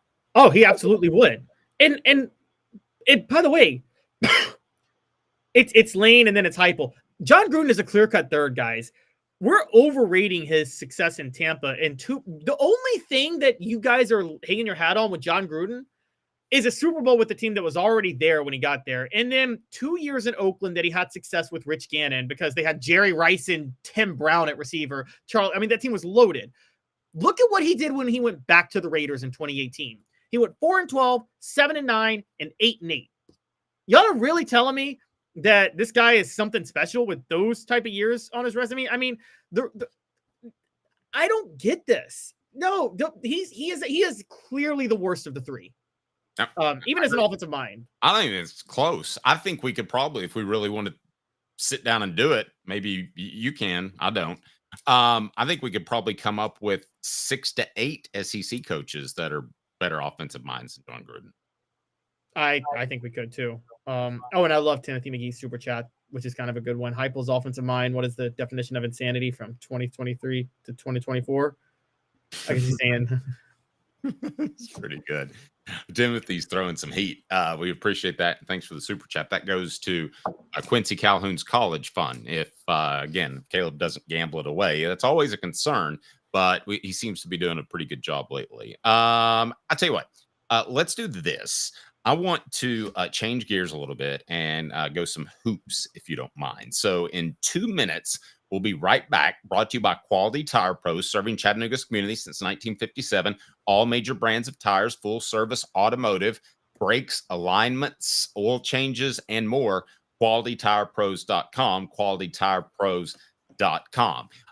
And just stop by and tell Bo that Off the Hook Sports said, hey, Bo, how are you? Also want to remind you, it's that time of year where we like to get in shape, and National Fitness Center will take care of you. Unmatched value, limitless options. Begin your fitness journey today. With Caleb Calhoun, I'm Dave Hooker, the show represented by Banks & Jones, Tennessee's trial attorney, as we broadcast live from the Ted Russell Ford Lincoln Studios. And my Bronco is right around the corner. With Caleb Calhoun, I'm Dave Hooker. Like a blast from the past, the Super Dealer is back. Look to the skies, Knoxville. The Super Dealer is fighting for price, service, and the American-made. Ted Russell Ford is your Super Dealer, just in time for Truck Month. Save up to $5,350 on this new Ford F-150 XLT Hybrid, or save up to $7,000 on this new Ford Expedition. Come see the Super Dealer today at either Ted Russell Ford location, Parkside Drive, or Kingston Pike. Sports Treasures in North Knoxville is one of the South's largest sports cards and memorabilia dealers, featuring over 10 million sports cards from vintage to modern. Sports Treasures carries a full line of hobby boxes, singles, autographed memorabilia, Tennessee Vol collectibles, fan cave decorations, and so much more. See a museum full of collectibles at Sports Treasures, 4819 North Broadway in Fountain City, and Sports Treasures on Facebook. Sports Treasures, where the real sports fan goes to shop. Community banking is about location and much more. It's about family. We reside in your community. We are a part of your community. At Commercial Bank, our commitment extends beyond the walls of our branches. It's displayed each day in the opportunities we provide, the money we give back, and the time we commit, all to help improve the lives of the people, families, and businesses that make our communities great. Commercial Bank, life made better. Double D Piping provides full-service fire protection on any scale. From residential homes to government facilities, we can assist any customer through design, fabrication, installation, inspection, and demonstration of fire suppression systems. With 30 years of service across 5 states and a full staff with over 40 years experience, our quality can't be beat. Don't get caught watching what you could have prevented. Call Double D Piping. A guy with a lot of jobs, but this one is the most important. This is not government work. As such, I treat it with care and attention. Until someone else calls. The Dave Hooker Show with Calhoun. Represented by T. Scott Jones. Banksandjones.com. Tennessee's trial attorney. From the Ted Russell Ford Lincoln Studio, East Tennessee's #1 volume and customer service dealer. Ted Russell Ford and TedRussellLincoln.net. Now to the Dave Hooker Show on Off the Hook Sports. Let's change up the poll question if we can. Right now, it's better coach, Lane, Gruden, Heupel, 58%, little home cooking, as you might imagine, being that we talk a lot of Tennessee. Lane at 31%, Gruden at 15%. So let's just change it to this. Better coach, Lane, or Gruden. Just those two, because I think you'll still get a little feedback from Lane, the way things went down at Tennessee. So let's make that change. Who do you think will win that?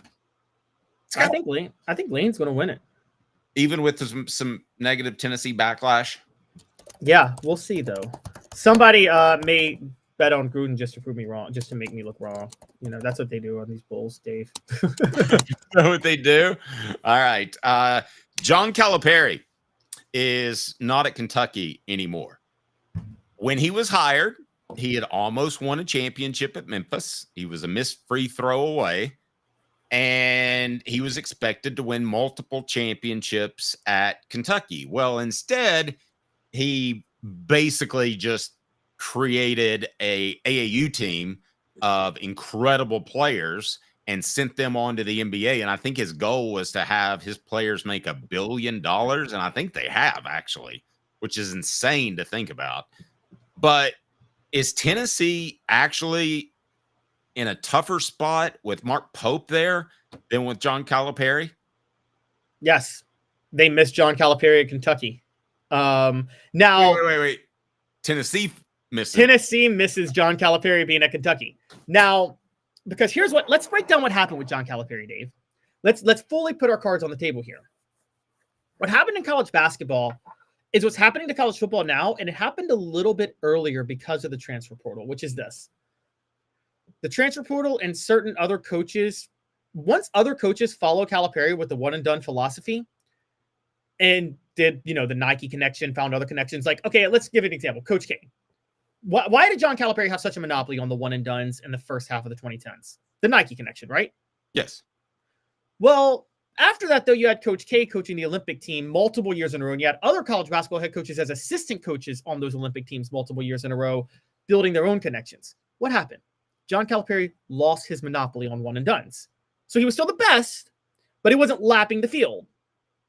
Once he stopped lapping the field, once he went from like 8 5-stars and having a 2-deep roster to maybe a couple a year, he stopped getting past the first weekend of the NCAA tournament. Yep.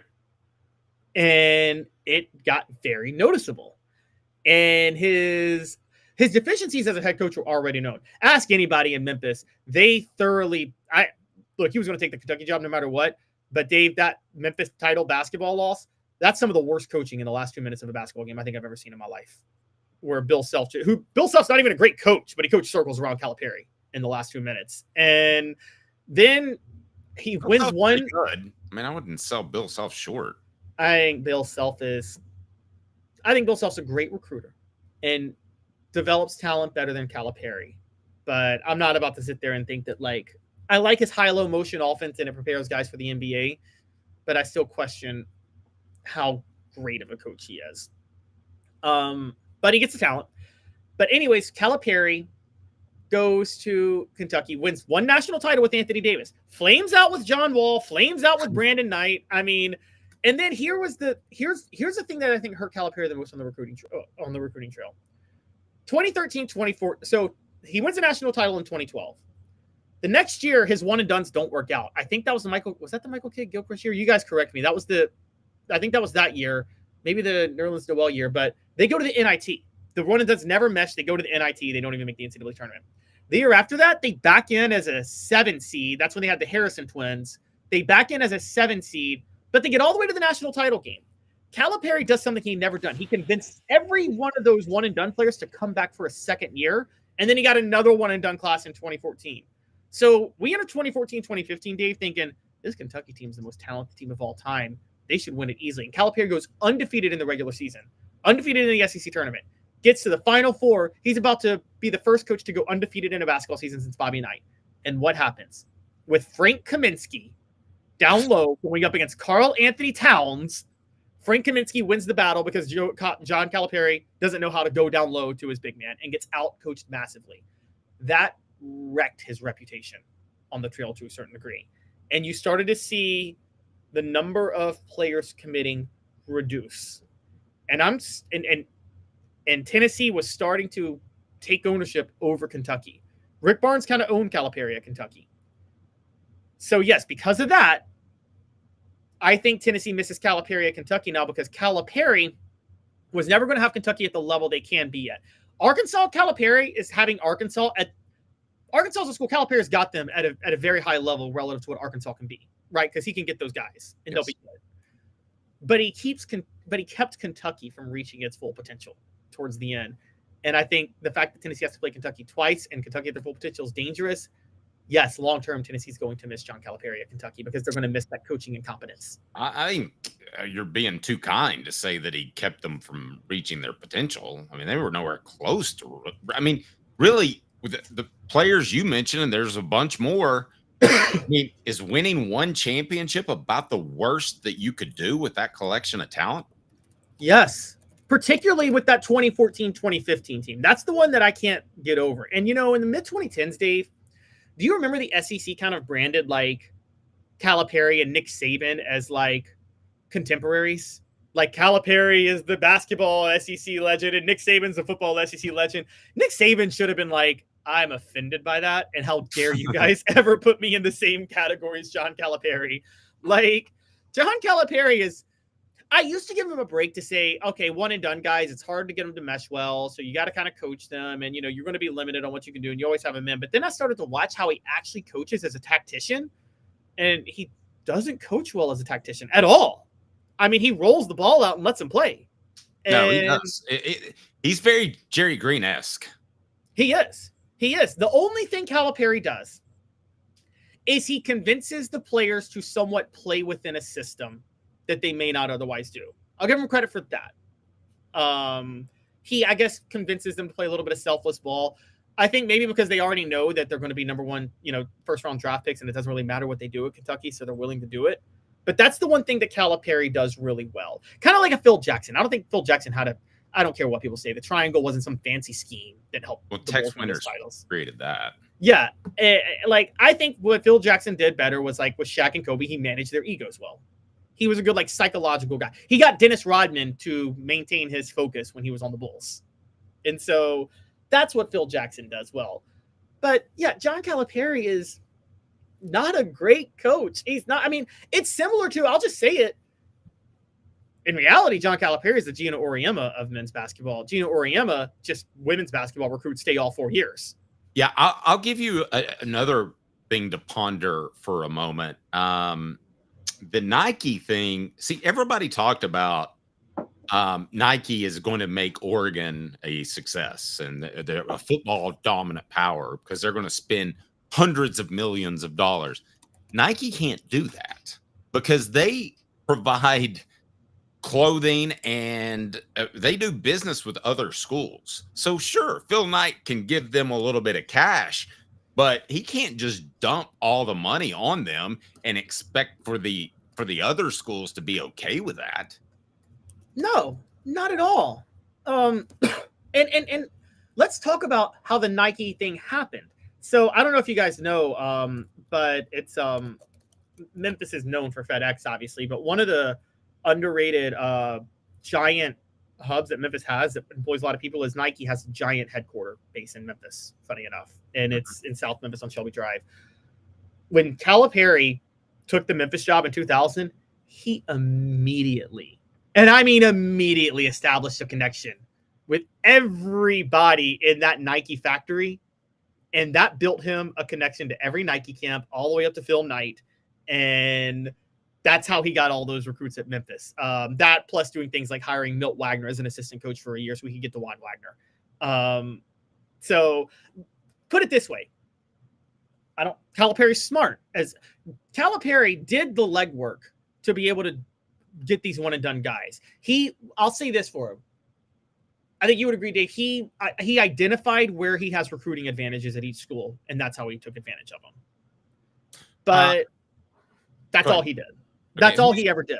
So who's the better coach? Going back to our poll question, John Gruden or Lane Kiffin? Lane Kiffin, 79% of the vote versus 21%. Does that surprise you? That surprises me a little bit. I thought there would still be some Tennessee distaste for Lane. Yeah, it does surprise me. I thought Lane was going to win, but I thought it'd be like 60-40. 79, like people like really think Lane's a great coach. I mean, Lane Kiffin, though, we got to remember this. I think he's impressed me with what he's doing at Ole Miss. The mystique of John Gruden really wore off even before the emails leaked, honestly, because he wasn't that impressive at Oakland or in Vegas with the Raiders. Wow, I see your new poll question, Dave. What do you think Better about coach, Gruden or Calipari? Who are you taking? Gruden or Calipari? Vote now. Please hit the like button. And if you haven't subscribed, do that. Probably Gruden. By the way, you know my favorite thing to Calipari? You know how good of a scam artist Calipari is, Dave? You ready for this? I'm ready. Calipari actually named his offense, the dribble drive. That's a scam to pretend like it's an actual offense at all that he's coaching up, okay? Because the concept of the dribble drive is, I kid you guys not, the fundamentals of the dribble drive is the player who takes the ball, drives to the basket, and either goes up for a layup or kicks it out to somebody open. That's not an offense. That's not running an offense. That's all. And he literally was like, I developed the dribble drive offense. I'm like, you mean you developed just giving players the ball and telling them to go score? I mean, that's like if Doug Collins was like, I developed the Michael Jordan score offense, which, when all Doug Collins did was, I mean, it's the same with the Jordan rules. They acted like that was fancy. And I forgot who was it that said it. He's like, no, it's just we cold cocked him every time he drove to the basket. Yeah, that was the Jordan rules. I mean, it would be as physical with him as possible. I would have to say Gruden because I think winning a Super Bowl is more impressive than an NCAA basketball tournament. Well, Gruden is not a bad, and also remember this: John Gruden did develop, and I guess we could say he understands what we might call he's an early adapter of the Power Coast offense, which Jim Harbaugh won a title in. Which, for those who don't know, that combines the Bill Parcells I-form offense, where you run, but it uses the spread principles of what Bill Walsh does. Because typically, Dave, there's some Bill Walsh spread principles. You worked in shotgun and spread the field. But yeah, you do a single back, but your passes are all short passes. Gruden actually was one of the early developers of that offense. And you still haven't answered the question. Are you taking Gruden or are you taking as a coach, Gruden? Yeah, I'm taking Gruden's a better coach. Gruden knows ball better than Calipari knows basketball. I mean, now I'll say this. There is a gap even in like knowing ball from like John Calipari to Josh Pastner, who did not know basketball to save his life as the protege of Memphis. Most curious hire that I have ever seen. The show represented by Banks & Jones, Tennessee's trial attorney, banksandjones.com. We broadcast live from the Ted Russell Ford Lincoln Studios in 2 minutes. Here's what we got for you because we like to end with a big finish. Will Tennessee's loss to Ohio State and the way they lost hurt their chances of making the college football playoff coming up? I'll tell you why I think that's the case. Again, the show represented by Banks & Jones, Tennessee's trial attorney, banksandjones.com, as we broadcast live from the Ted Russell Ford Lincoln Studios. Like a blast from the past, the Super Dealer is back. Look to the skies, Knoxville. The Super Dealer is fighting for price, service, and the American-made. Ted Russell Ford is your Super Dealer, just in time for Truck Month. Save up to $5,350 on this new Ford F-150 XLT Hybrid, or save up to $7,000 on this new Ford Expedition. Come see the Super Dealer today at either Ted Russell Ford location, Parkside Drive or Kingston Pike. Sports Treasures in North Knoxville is one of the South's largest sports cards and memorabilia dealers, featuring over 10 million sports cards from vintage to modern. Sports Treasures carries a full line of hobby boxes, singles, autographed memorabilia, Tennessee Vol collectibles, fan cave decorations, and so much more. See a museum full of collectibles at Sports Treasures, 4819 North Broadway in Fountain City, and Sports Treasures on Facebook. Sports Treasures, where the real sports fan goes to shop. Community banking is about location and much more. It's about family. We reside in your community. We are a part of your community. At Commercial Bank, our commitment extends beyond the walls of our branches. It's displayed each day in the opportunities we provide, the money we give back, and the time we commit, all to help improve the lives of the people, families, and businesses that make our communities great. Commercial Bank, life made better.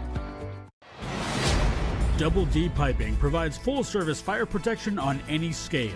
From residential homes to government facilities, we can assist any customer through design, fabrication, installation, inspection, and demonstration of fire suppression systems. With 30 years of service across 5 states and a full staff with over 40 years experience, our quality can't be beaten. Don't get caught watching what you could have prevented. Call Double D Piping. A guy with a lot of jobs, but this one is the most important. This is not government work. As such, I treat it with care and attention. Until someone else calls. The Dave Hooker Show with Calhoun. Represented by T. Scott Jones. BanksandJones.com. Tennessee's trial attorney. From the Ted Russell Ford Lincoln Studio, East Tennessee's #1 volume and customer service dealer. Ted Russell Ford and TedRussellLincoln.net. Now to the Dave Hooker Show on Off the Hook Sports. So what, Caleb, is the most likely thing to happen? Greg Byrne, Alabama athletic director, said that he thinks that teams should forfeit if they charge the field. Or John Gruden is trying to resurrect his career, and I think he wants to be a coach again. Or John Calipari wins another championship. Oh, those three? Yeah. I think it's the second one. John Gruden gets another coaching job. And the reason I think he is, look, guys, the lawsuit was dropped, which is why Gruden is in purgatory right now. I am not so sure Gruden's not biding his time, though, and doesn't have some information that could take down a lot of NFL owners if he doesn't get a coaching job that he wants. I believe that. I totally believe that. Yeah, I agree. And so that's why I think Gruden has a few more hands to play. Maybe that's why Tennessee invited him to the coaching clinic. Maybe there's a coach on Tennessee that Gruden has some stuff over. I mean, I'm just saying, guys, Gruden has some serious Joey Osby exit stage left. I mean, well, okay. A top Tennessee booster is an NFL owner who, by the way, signed a serial rapist as his quarterback. So, let's call it what it is. Yeah, I'm talking about Jimmy Haslam, for the record, and gave him the biggest contract in NFL history. The worst contract in the history of professional sports is a Deshaun Watson contract. Well, and the reason is, too, because it was all guaranteed. Yeah. Every and you don't have to do that in the NFL. You could have got him for half that. And he was not that marketable. But I mean, again, Jimmy Haslam is stupid and a Nepo baby. And so he thinks because his daddy gave him $4 billion, he's smart. By the way, before we get, I heard a guy say something at a restaurant the other day. He said, people ask me what I do for a living. And you know what I say? He said, I thought this was pretty funny. He said, my dad gave me a lot of money and I took it. I was like, well, at least you're honest. No, that's true. By the way, I wanted to ask you this, Dave, because people are debating it on the message board. Who are you taking as an actual coach? Coach K or Nick Saban? That's a tough one for their respective sport. Saban. I'm going to say Saban. It's close, but Saban. It's close for me too, but here's the reason I'm taking Saban. and I know we may not like the guy we're about to name, but I got to give him the credit. From an actual coaching tactician standpoint, did Coach K do anything differently than what Bobby Knight did or taught him to do? No, even treated his players. You remember when the seating used to be like the press seating was next to the court? Mm-hmm. Yeah, well, I was at a NCAA tournament and Duke was playing. I can't even remember why I was there, but his language is not for the innocent and pure out there. It is, wow, the way he talks to kids. Oh, I've heard that.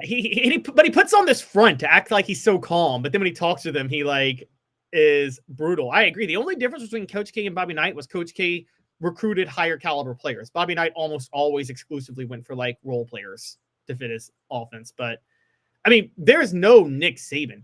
Nick Saban developed, you can't say Nick Saban is coaching in a way that he just, straight up learned from another guy, right? He took things from other coaches, but he didn't learn. I mean, he was on the staff with Belichick, Cleveland. Nick Saban was the brains behind the defense that Belichick started to run. Nick Saban created that defense, not Bill Belichick. That's what we kind of learned later. Belichick was his whole scheme was oriented around the pass rush. Nick Saban was the one that taught Belichick how to make your defense secondary based.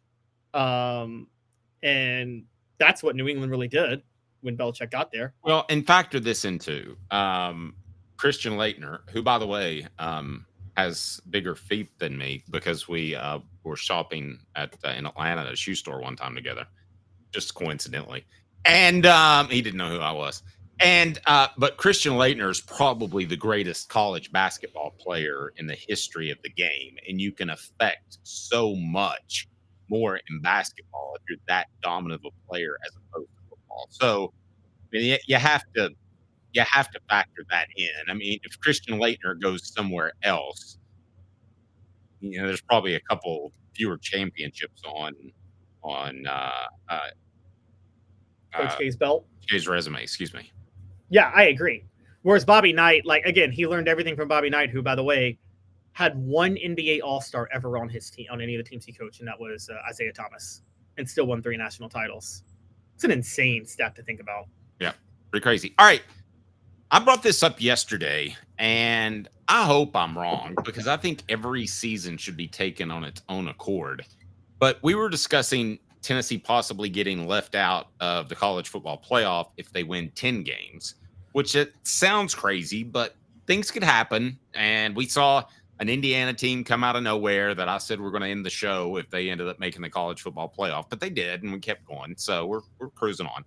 But my question for you is the way that Tennessee lost, which was a big thud on the primetime game that night.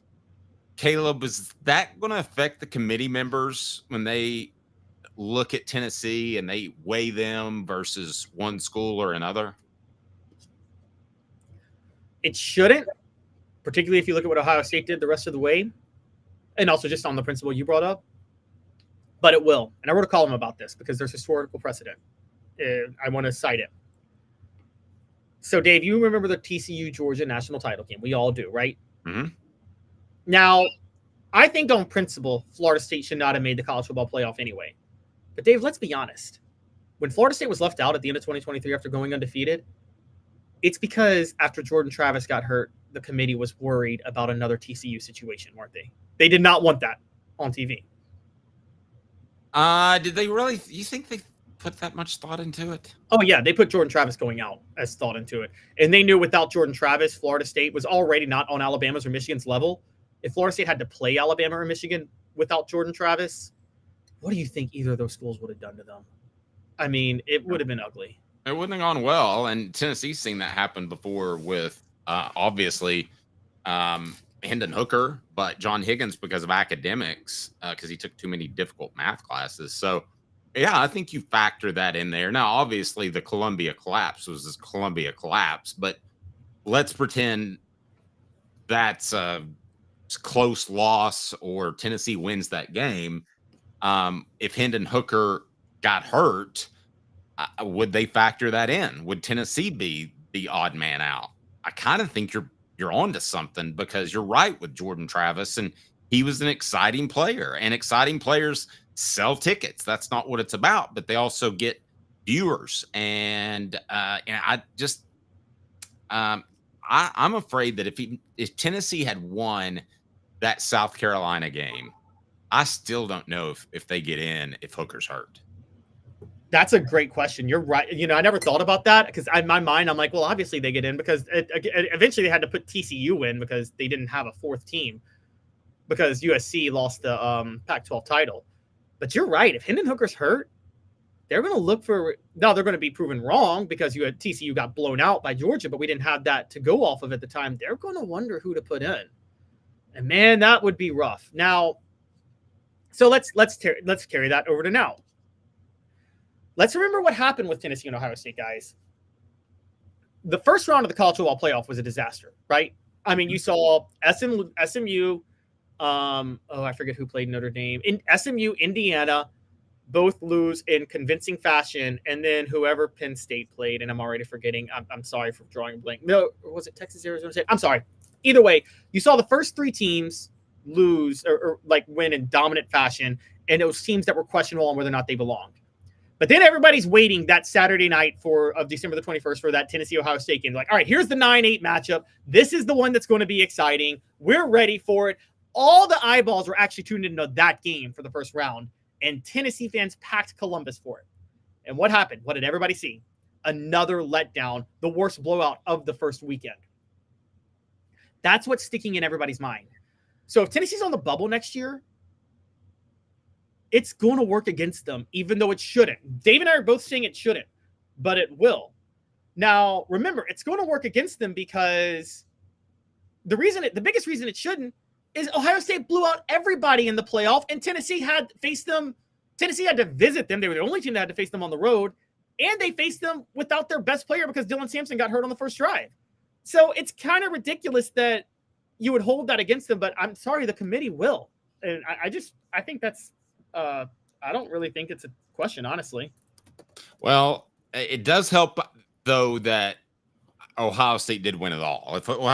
If Ohio State had gone out the next game and laid an egg, then certainly you would look at Tennessee and you would wonder. And yeah, I think there's something to be said too for if we're talking about ways that Tennessee could get left out of a playoff, a 10-team or at a 10-win regular season. They're not as sexy and as exciting. Now, they may be with Nico this year with another year under his belt, but I mean, it just scintillating, sexy. I mean, out of the group, they were not in the top half of the sexiest teams. I mean, I could argue Indiana was even sexier because they were a new name that you didn't expect much out of football. The novelty of Indiana being in. You're right. Yes. So Vols lost to Ohio State will hurt them. You believe it will? I believe it will. And it shouldn't, but it will. So you're still on the take that 10 wins and they don't definitely get in? Yes. I'm not saying they don't get in for sure. Well, okay, put it this way. It's not a guarantee they get in at 10 wins. They were out of the playoff picture with 2 losses the next to the last week of the regular season this past year. I mean, Dave, if Oklahoma doesn't beat Alabama and if Florida doesn't beat Ole Miss, Tennessee's not making the playoff. That's how close they were to getting knocked out. So you're right. Better coach Gruden got 57%. Calipari got 42%. Now the new poll question. Vols lost to Ohio State will hurt them in college football playoff this year. No, so far, but we just got a couple of votes in. So maybe we're in the minority here. It would be a shame if that were the case. And I will say this. I know a lot of people like to just throw this around that this particular organization or whatever doesn't like this or that, whatever. But I do feel like the national media looks for reasons to leave Tennessee out of big time football games. I really do. And I think the committee, not the committee, or the individual bowl committees oftentimes gave them a better bowl because they knew they would travel so well. But these guys are not about that. I mean, they don't really care. They just want eyeballs. It's really not even about tickets. They want eyeballs on TV. And Tennessee, I think they got a couple of things working against them. I don't think the way they played helps them at all against Ohio State. And I think the other factor is they might not be exciting. I mean, if it's Nico running double tights the whole season, I'm sorry, that shouldn't matter. But if you're at 10 wins and there's somebody else that's at 10 wins and they're exciting, or they're Lane Kiffin and they're throwing the ball all over the park, I'm sorry, that team's going to get in. Yeah, 100%. I mean, that's what people want. And we saw this work against, I mean, let's go back to the 90s for a minute, the Peyton Heisman race. There were no questions about giving Danny Warfel the Heisman the year before, right? Because Danny Warfel was so much fun to watch, even though Steve Spurrier's system was so much fun to watch. Right. But, the Tennessee offense had a little more balance. So Peyton wasn't going to be as sexy of a Heisman candidate as Danny Warfel, even though he was a much, much better NFL player. Well, he was a much better quarterback. Oh. Yeah, he was. Yeah, exactly. Danny Warfel, you use this term all the time, created in a lab. He was created in a lab to run that offense because he knew to throw it to a spot, make a read, and get the hell knocked out of him. Because Steve Spurrier did not protect his quarterback. Somewhere Patrick Ramsey is still twitching from all the times he got hit when they're running 5 wide in the NFL. I mean, you can't do that. You're going to get your quarterback killed. And I remember watching him. It's the first time, you talk about your wife earlier, she winces when quarterbacks get hit. I remember watching, and I hate the Redskins, Commanders, Washington football team. I dislike them, but I felt sorry for Patrick Ramsey. That guy may have been a good quarterback, but we'll never know. That is true. You're right, Spurrier. And remember, the fun and gun wasn't like an actual system. That was Spurrier realized SEC teams always had the extra linebacker. So it was like, if I put an extra receiver out there and let my quarterback get hit, that receiver is always going to beat the guy guarding him every single time. Right. But you're going to get hit every single time. Big, huge, monstrous man. And yes. I remember Fred White told me this story. I remember Joey Matthews. Yes. Now, he was at Sevier County, and I called a couple of his games, just play-by-play. And he was, I thought, really good. A little heavy-footed, but big arm. And going into that 98 season, going into spring practice, they made all the quarterbacks alive. And I said, well, how did that work out for the quarterbacks? And well, T really responded. And I said, I asked Fred, I said, what about Joey Matthews? Yeah, that ended him. So he said, that was it. You might as well go back to Sevier County. I mean, he's a police officer now and a great man, but you didn't want to go live because he was one of the rare midterm enrollees that they're all over the place now. You didn't want to go live in 98 against that defense. No red. No, but that's also a test to your mental. I'm not trying to knock Joey Matthews, but being prepared to get hit, not the way Patrick Ramsey got hit, but that is a test to your mental toughness to a certain degree because you got to get used to it. Just to give you a quick example, Peyton Manning in the NFL, after he came back from his surgeries to play for Denver, they tried to hold him out of preseason and he refused. He went in all 4 games that year. He said, look, I need to get hit. He even said, I need to get knocked the hell out so I can get back into rhythm, was what he told the Broncos at the time. Timothy, we appreciate your generosity as Quincy Calhoun will be going to a fantastic university one day.